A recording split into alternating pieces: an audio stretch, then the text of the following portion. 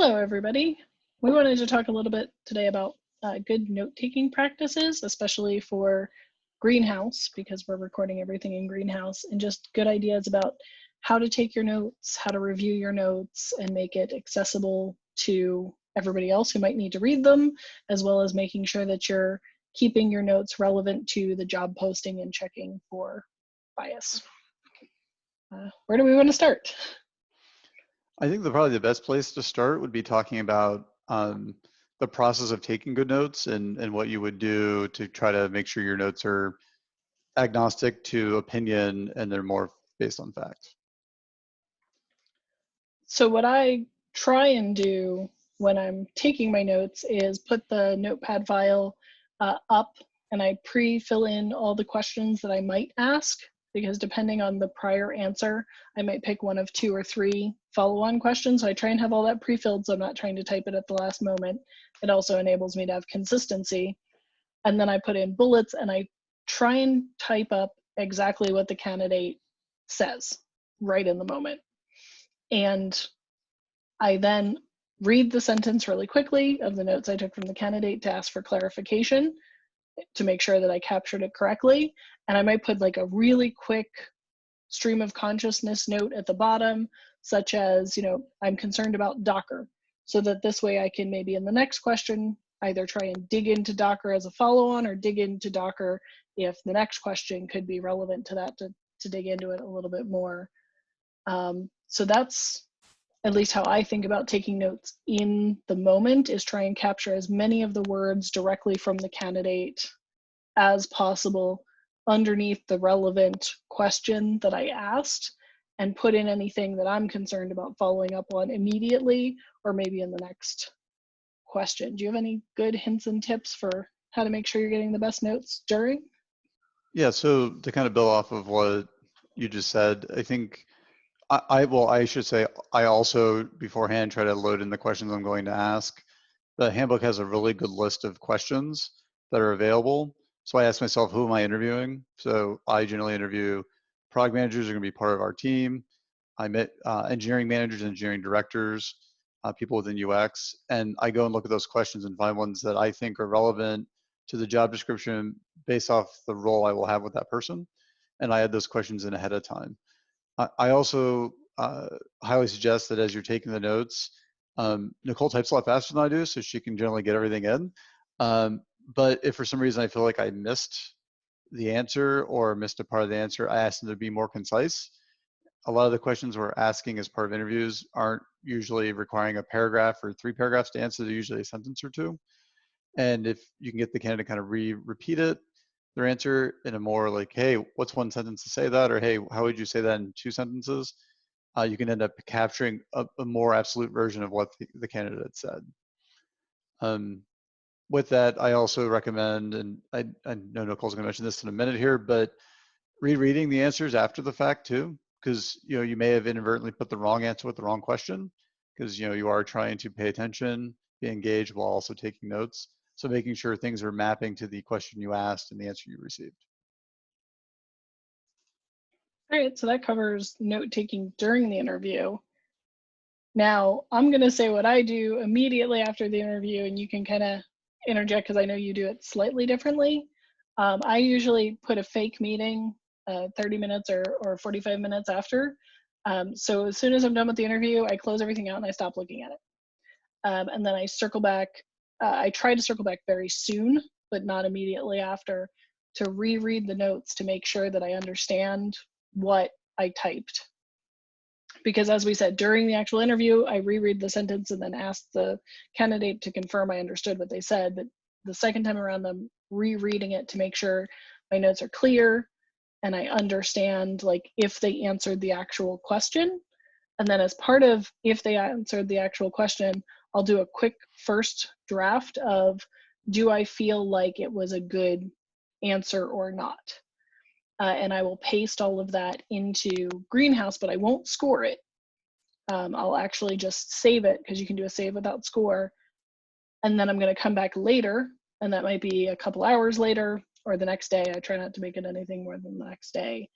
And then I actually look at the job posting in the tab in Greenhouse, and I look at my notes, And I try to make sure, as you said, there's some good questions in our handbook that I chose specifically for that role. And so I try to make sure, did I get enough information about the requirements for the job? And in some cases, I'll say, not applicable. I was not able to determine if they have experience in this particular thing because of the way that they answered things or failed to answer follow-ups. But I'll kind of go through and make a checklist or a TLDR at the top. And when I make my TLDR, I actually try and put double spaces in between anything and a little dash, because Greenhouse doesn't have tabs. It doesn't allow for multiple spacing. So you have to use carriage return and dashes really to emulate any kind of readability. So at the top, TLDR, do they have the requirements for the job? Then I read through my mental notes one more time and I check for, is there anything irrelevant in there? And I just get rid of it, because nobody needs to see it if it's not relevant to the job posting. I just stream of consciousness take notes, so stuff ends up in there. And then the second thing is I look for a halo effect, which is where, because they answered one question positively, I might, during the initial interview, felt more positive about their answer to a second or third question. But on rereading it, maybe that really didn't show depth of knowledge around something, and we require technical knowledge in a particular field. So maybe that went from a strong yes to a yes. And that's sort of my method for note taking, which is TLDR or bottom line up front, depending which abbreviation everybody likes, spaces, because otherwise it's an unreadable blob, and remove anything that is not relevant to the job posting. Yeah, so I do highly recommend the TLDR, or whatever you want to call it, summary at the top of the notes. I think anybody who's worked with me will say that I've been given the gift of being verbose. And so my interview notes can be rather long, but giving somebody, whether it's the hiring manager for the role or somebody else who's going to need to interact on what your interview was about, giving that summary is really helpful. What I've been doing, which I've received some positive feedback on, is listing pros and cons as part of that. So again, doing what Nicole just said, you think about the role as it is, and what are 2 or 3 strong points and weak points for that candidate. And it's really important to be, I guess, factual in those statements and to not be full of opinion. An example being, we're an all remote company. Yes, you can kind of get a sense to how somebody would work remotely, asking them questions, but you can't definitively say they would be horrible at remote working, because you don't have that as a data point. They've not worked with you at a remote company. And so coming back to that and looking at your notes, those are definitely things to pull out. I do take a little bit more time than Nicole does. I give myself about 24 hours. And the main reason for that is, 1, calendars can be very busy. We have a lot going on. And 2, I do want to take a chance to look at it, again, at that fact-finding mission type response. And looking at it the day afterwards, you may have noted something that was very subjective at the time, but in hindsight, it doesn't necessarily apply. And a good example of that is, like, energy is something we always pick up on in interviews, but energy is not necessarily a requirement of the role. And I use that as an example because we've interviewed some people who do swimmingly when people just go, oh my God, the person has a great personality. They're going to be a go-getter. And then you have somebody who talks to them, they go, well, they're really, really strong technically, and we maybe just need to help them with being a little bit more outgoing in their interactions. And so you want to be able to pull those things back and say, and Nicole said, well, like, look at the job description. Do they meet that? Do they have that technical knowledge we're looking for? The case of the product knowledge we're looking for, whether it's UI research, if it's UX, but something that is factually as part of the job description. I will say, as part of that process, I also do then trim down my answers, like Nicole said as well. I'll end up usually with 4 or 5 bullets for each of the questions that are being asked, and those are me noting what to ask the follow-up question about, and then I go back and I just put the actual answer in there as part of that. The one thing I've started doing, and it was probably a pointer from Nicole, it might have been a pointer from somebody else, but I'm actually putting that, as she said, scoring right after the answer. I'm usually going with a yes, it was right. So I usually do correct or incorrect as the follow-up to those for the technical questions. So that way, somebody who's not technical like myself is, or that I am, can come in and see that that was right or that was wrong. Because we do ask questions like, explain the structure of a botnet and what the role of the zombie is in that process. If you don't have malware experience, you're not going to know what's the right answer. But you can see the question with the correct after it and say, okay, that person did get that right. So what was the most interesting catch or summary you found by circling back 24 hours later and trying to indicate, like, yes, they answered this correctly, and then summarizing maybe the couple sentences you wrote into one sentence? Yeah, so the two examples I can think of, the first was how they actually did on the technical assessment. At the time, I had noted that I did not think they did well, but going back and reading my notes the next day, kind of having that fresh look at it, I went, oh, well, they got 7 out of the 10 questions right, so they actually did better than I remember at the time. That was allowing me to be able to catch that and correct that. Um, the thing that I've personally noticed, and it's not about my notes and catching it, but the difference between somebody who gives me the scorecard as a hiring manager right after they spoke to the person, like within 5 minutes, like taking the raw notes and pasting them in, or they've given themselves some time. I've seen a lot less of that conjecture that ends up in there. Like, well, I'm not so sure this person would be a good fit because they said this thing during the interview. And it's like, well, what was the context of that thing that was being said? Was it being said in a way that was like, oh yeah, by the way, I hate being on video calls? Like that obviously be a thing that would stick out that would not be good, right? That is But not subjective, that is a self-stated limitation. yeah, and so I've noticed that those are less when somebody's taken the time afterwards to put the notes in. I do it differently than Nicole. Nicole's, as she just said, she puts them in and then comes back and reads them later and doesn't score it. I take all of my notes in Google Docs and then I come back and read that and then paste it in and give the score. But I think either way, if you can yourself look at what you wrote, make sure you're getting the actual answer and no conjecture, and you're able to sum it up into a TLDR area, because apparently Nicole and I both named them TLDR in our notes. It at least gives you the chance to say, what score are you actually going to give them? Because at the time you might be halo effect is a good way to look at it.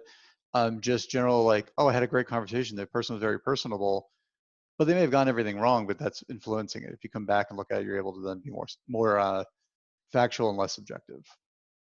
I think the biggest thing that I catch myself doing, and I think this is the important thing, is that this is an opportunity to catch yourself doing stuff that maybe isn't as precise or accurate. And a lot of times I unfortunately don't catch during the interview because I'm having such a fun conversation with somebody that they did a lot of non-specific answers. What I mean by that is I try and dig in. So if somebody says my team did X, or I was on a team that did X, I always try and ask, well, what were you responsible for?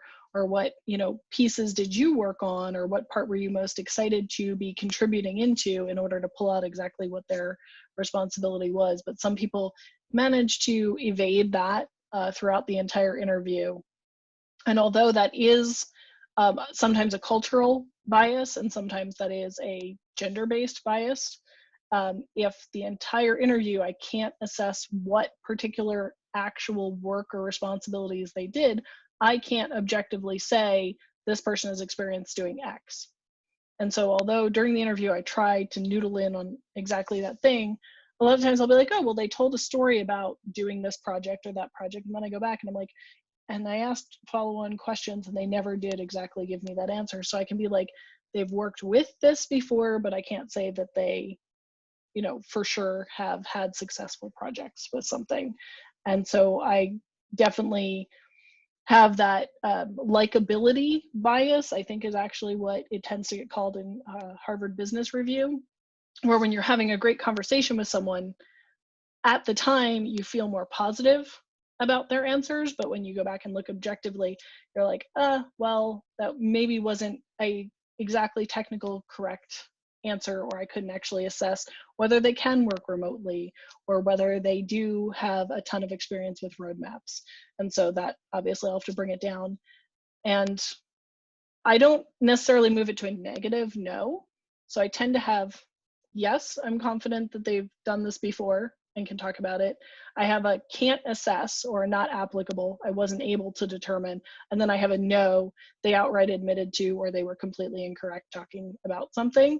So that's another thing I think is when you take your notes, like it doesn't always have to be like yes or no. You can just say cannot determine.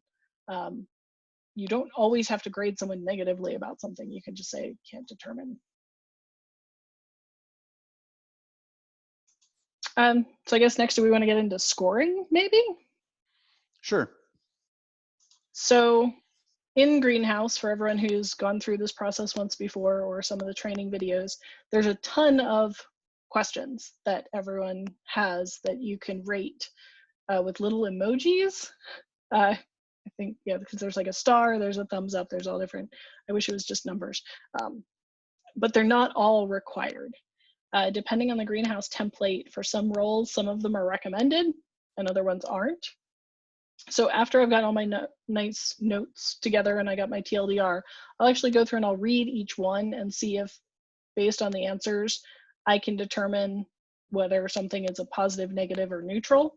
And if I can't assess it, meaning like I got all vague answers or high level, I just don't score it. Because I feel like that's more truthful in not scoring something is my tactic. And then I go through and I get to the bottom. And I actually think I should probably, based on reading the updates to the handbook that I've seen recently, I think I need to change the way that I'm scoring.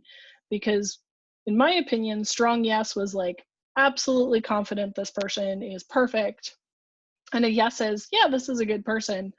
And then, you know, the same for strong no and no. Whereas actually it seems like the latest handbook changes are strong yeses feel like can do the job, not like is the best person for the job, but feel like can do the job. So I feel like I should actually be giving those out a little bit more than I am based on the current scoring stuff in the handbook. And so, which is not helpful because there's thumbs up and star. I'm assuming star is strong yes and thumbs up is yes, just based on their positioning on the metric. Yeah. And so, yeah, I go through it and then I look at my TLDR and I look at the relevant scory pieces. And what I was doing is kind of picking based on that, but I think I need to move my meter a little bit more to the left. What about you? Yeah, so I would definitely say when it comes to scoring, if you're giving a score and you're unsure whether or not you captured it in your notes above, in that area, I do highly recommend you use the notes functionality that you can say add note and then you can write what your thoughts were as to why you gave the strong yes, yes, no, or strong no. I find that that's also a good way to measure whether or not you're empirically giving that answer or whether it's subjective. Because again, to the earlier comment that a lot of it, if it's done right away, is very emotionally attached, like from the actual conversation, as opposed to factually looking at it in hindsight. I would say with that handbook change, I think we do need to be a little bit more leaning towards more strong yeses based on what Nicole just shared. However, I also will say that creating a rubric to be able to share with the hiring manager is also a good way to let them interpret the results. I can tell you that in the time I've been doing interviewing across my entire career, people are all over the spectrum as to where they weight, even when there's guidance. And the great example I can use from the time here at GitLab is I read somebody's notes after the fact and said, well, I guess you didn't have a really good conversation with them because they didn't do well. And they're like, oh no, they were amazing. And I'm like, well, you gave them no strong yeses. It's like, oh, well, in my opinion, you have to be in the top 5% or the top 1% to get that. And that's good to know for the person reading your notes. So to truly understand that, hey, up until this recent change Nicole's talking about, that yes is actually a good thing in your opinion. Or, you know, I gave the strong yes because I really think they are that top 1% or top 5% of candidates.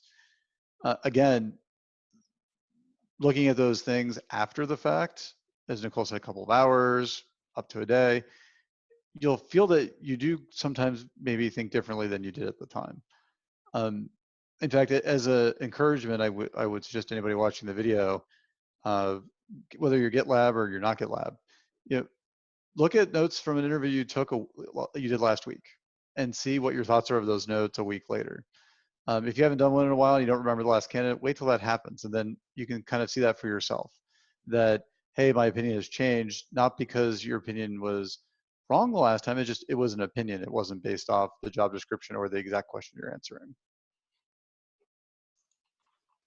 Awesome.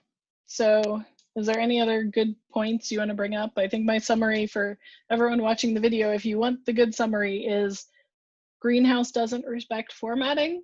Please use double carriage returns where possible.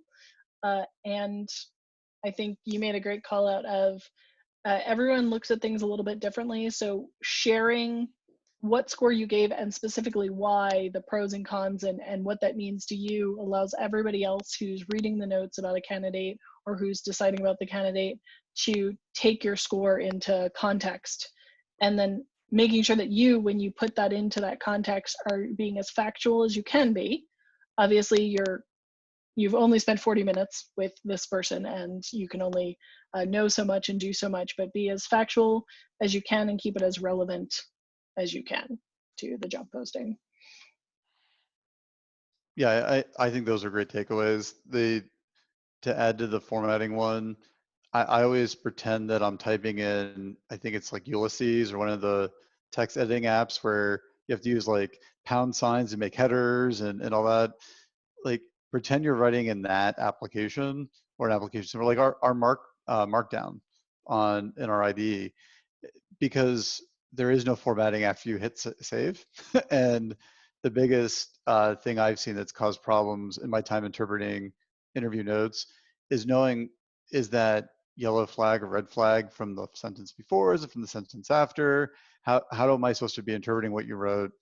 And pretending you're using our ID is probably a good way to think about that, where, as Nicole said, you can have multiple blanks, you have a dash, and maybe start a new paragraph, and I do use like 2 hash tags or pound signs to say, this is now the technical questions, this was the product questions, to help separate it. So definitely good takeaways. Awesome. Well, thanks for chatting with me about taking hiring notes, and hopefully everyone who watches this gets some additional good ideas. And if you have any others, there's a notes document shared within GitLab. So if you're a team member, you can add more notes to that section.